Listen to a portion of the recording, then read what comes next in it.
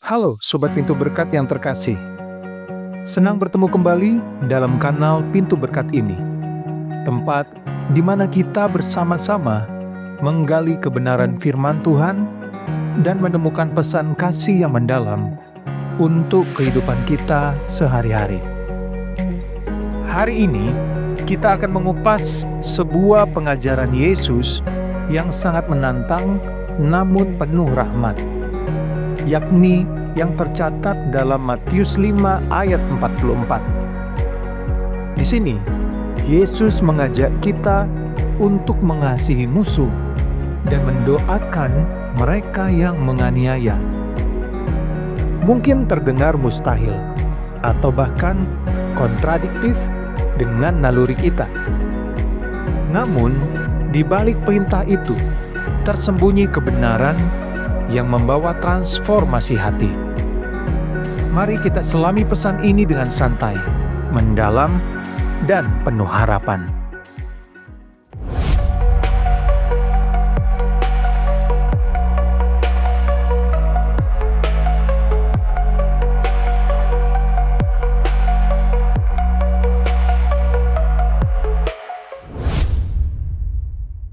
Sebelum kita mendalami pesan yang penuh kekuatan dan makna kasih yang mengubah hidup ini, ada baiknya kita memahami dulu latar belakang pengajaran Yesus di dalam Matius 5 ayat 44. Dalam bagian khotbah di bukit ini, Yesus mengajak para pendengarnya untuk tidak hanya hidup menurut aturan biasa, tetapi untuk mengalami perwujudan kasih Allah dalam setiap aspek kehidupan. Coba bayangkan sejenak, apa yang biasa kamu rasakan saat disakiti? Yesus berkata, "Tetapi aku berkata kepadamu, kasihilah musuhmu dan berdoalah bagi mereka yang menganiaya kamu." Kata-kata ini menantang pandangan dunia yang mengajarkan kita untuk membalas kejahatan dengan kejahatan. Mari kita renungkan sejenak. Pikirkan betapa radikalnya ajakan ini, karena Yesus mengundang kita untuk melampaui kebiasaan duniawi. Kasih yang dimaksud di sini bukan sekadar perasaan hangat, melainkan suatu komitmen untuk mengasihi tanpa syarat. Yesus mengajarkan kita bahwa kasih itu harus melampaui batas logika manusia, membawa kita kepada suatu kehidupan yang dirajut oleh kasih yang memulihkan dan menyembuhkan. Untuk memahami kebenaran ini secara mendalam, kita bisa melirik dari Jewish Insight atau pandangan tradisi Yahudi. Dalam tradisi Yahudi, ada konsep yang disebut Hesed, yang berarti kasih setia, kebaikan, dan kemurahan hati yang melampaui kewajiban formal. Konsep ini mengajarkan kita agar selalu bersikap ramah, memberi tanpa pamrih, dan menunjukkan belas kasih dalam tindakan nyata. Pernahkah kamu merasakan kehangatan yang muncul ketika seseorang memberikan kebaikan tanpa pamrih, meskipun kamu tidak mengharapkannya? Inilah yang dinamakan Hesed. Coba bayangkan, dalam kehidupan sehari-hari, ketika kita menjumpai seseorang yang tidak menyambut dan memperlakukan kita dengan baik, naluri kita adalah membalas dengan sikap yang sama. Namun, nilai Hesed mengajak kita untuk memberikan kebaikan sebagai jawaban atas segala kebencian. Dengan cara ini, kita tidak hanya meniru kasih Allah yang melimpah, tetapi juga membuka ruang untuk penyembuhan hubungan antar sesama. Di samping itu, dalam hukum Taurat misalnya, tertuang pesan, "Kasihilah sesamamu manusia seperti dirimu sendiri." Dalam Imamat 19 ayat 18, yang mengajarkan kita untuk memperlakukan setiap orang, bahkan yang berbeda pendapat atau perilaku, dengan kasih dan hormat. Jadi, ketika Yesus memerintahkan kita mengasihi musuh, ada kesinambungan dari nilai-nilai yang telah lama dijunjung dalam tradisi kita. Ayo, pause sejenak. Jika kamu pernah mengalami momen hesed dalam hidup, tulis di kolom komentar. Kita akan membaca beberapa kisah inspiratif nanti. Pendekatan ini mengingatkan kita bahwa transformasi sejati tidak terjadi hanya karena perubahan perilaku luar, tetapi juga karena pembaharuan hati. Seperti halnya proses tikkun hanefesh dalam tradisi Yahudi yang mendorong kita untuk merombak hati. Pengajaran Yesus mengajak kita untuk melepaskan kebencian dan membuka diri terhadap kasih yang memulihkan. Seiring kita melangkah lebih jauh, mari kita kaitkan pengajaran ini dengan kehidupan kita sehari-hari.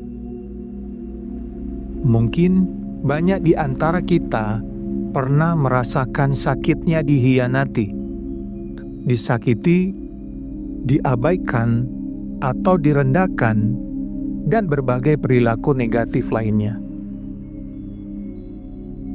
Secara alami, kita mungkin ingin membalas perbuatan itu dengan sikap yang sama.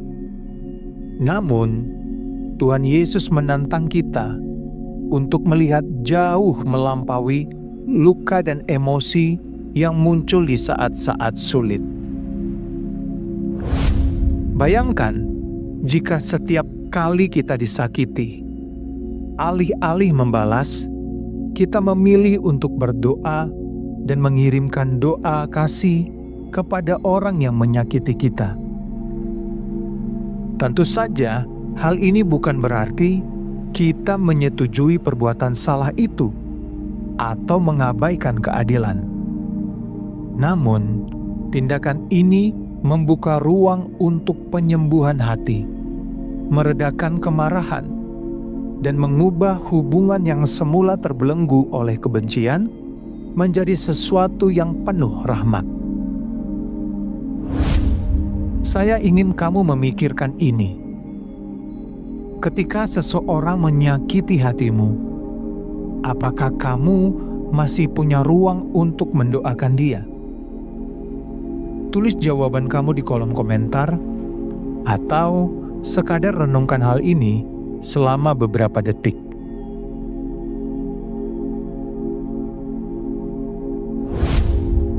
Kisah nyata bisa kita temui dari mereka yang telah berani melepaskan dendam, perasaan kecewa, dan kepahitan melalui proses pengampunan. Contohnya, seorang ibu yang juga merupakan jemaat yang saya layani pernah berkata, "Saya pernah mengalami saat-saat di mana saya merasa sangat dikecewakan oleh seseorang yang dekat dengan saya. Namun, ketika saya mulai berlatih mengampuni dan mendoakan dia, perlahan-lahan saya merasakan beban di hati saya semakin berkurang. Saya merasa lebih ringan, dan hubungan kami pun perlahan-lahan mulai membaik." Inilah kekuatan transformasi hati yang ditawarkan melalui kasih tanpa syarat. Pengajaran ini menekankan bahwa setiap langkah kebaikan, sekecil apapun, adalah bagian dari perjalanan menuju penyembuhan batin, dan bukan hanya untuk diri kita sendiri, tetapi untuk seluruh komunitas di mana kita hidup. Bagaimana sih sebenarnya kita menerapkan pengajaran ini dalam kehidupan sehari-hari? Berikut beberapa langkah praktis yang bisa kita coba. Pertama, refleksi diri. Ambil waktu untuk merenungkan dan mengenali area dalam hidup di mana kita mungkin belum mampu mengampuni atau menunjukkan kasih kepada mereka yang telah menyakiti kita. Tuliskan apa saja yang menghambat hati kita untuk bergerak maju. Kedua, doa dan meditasi. Latihlah diri kita untuk berdoa dan bermeditasi secara rutin, mendoakan orang-orang yang pernah menyakiti kita. Jika memungkinkan, sebut nama mereka. Percayalah, doa adalah jembatan yang menghubungkan hati yang terluka dengan kasih Allah yang tak terbatas. Ketiga, aksi kasih. Lakukan satu tindakan nyata sebagai wujud kasih, meski itu kecil. Mungkin dengan membantu seseorang yang sedang kesulitan, memberikan senyum kepada orang asing, atau sekadar menyampaikan kata-kata penghiburan kepada sesama. Keempat, berbagi kesaksian. Bagikan pengalaman pribadi mengenai perjalanan pengampunan dan transformasi hati. Dengan menceritakan kisah kita menginspirasi orang lain untuk juga membuka diri terhadap penyembuhan yang sama. Setiap tindakan kasih adalah benih yang jika disemai dengan tekun, pada akhirnya akan menghasilkan pohon yang kuat, sebuah komunitas yang harmonis dan penuh kasih. Di kolom komentar, saya mengajak kamu untuk berbagi salah satu aksi kasih yang pernah kamu lakukan atau bagaimana rencana kamu ke depan. Yuk, saling memberi inspirasi. Sobat Pintu Berkat yang terkasih, pengajaran Tuhan Yesus untuk mengasihi musuh bukanlah perintah yang mudah. Namun, di balik tantangan itulah tersimpan janji transformasi yang luar biasa. Dengan hati yang dipenuhi kasih tanpa syarat, kita dapat melepaskan beban kebencian dan membuka jalan untuk pemulihan hubungan, baik dengan sesama maupun dengan Tuhan. Saat ini, saya mengajak kamu untuk berkomitmen. Apakah kamu siap untuk memulai perjalanan transformatif ini? Jika ya, tekan tombol like dan bagikan pendapat kamu di kolom komentar. Saya ingin mendengar cerita serta pengalaman kamu. Marilah kita mengambil langkah berani hari ini. Mulailah dengan doa, renungkan dalam hati, dan praktikkan setiap tindakan kasih. Ingatlah, setiap usaha kecil itu adalah bagian dari perjalanan besar untuk mengalami hidup yang dinyalakan oleh terang kasih Kristus. Terima kasih telah menyimak. Jangan lupa untuk subscribe dan bagikan video ini agar semakin banyak orang terinspirasi untuk hidup dalam kasih yang transformatif.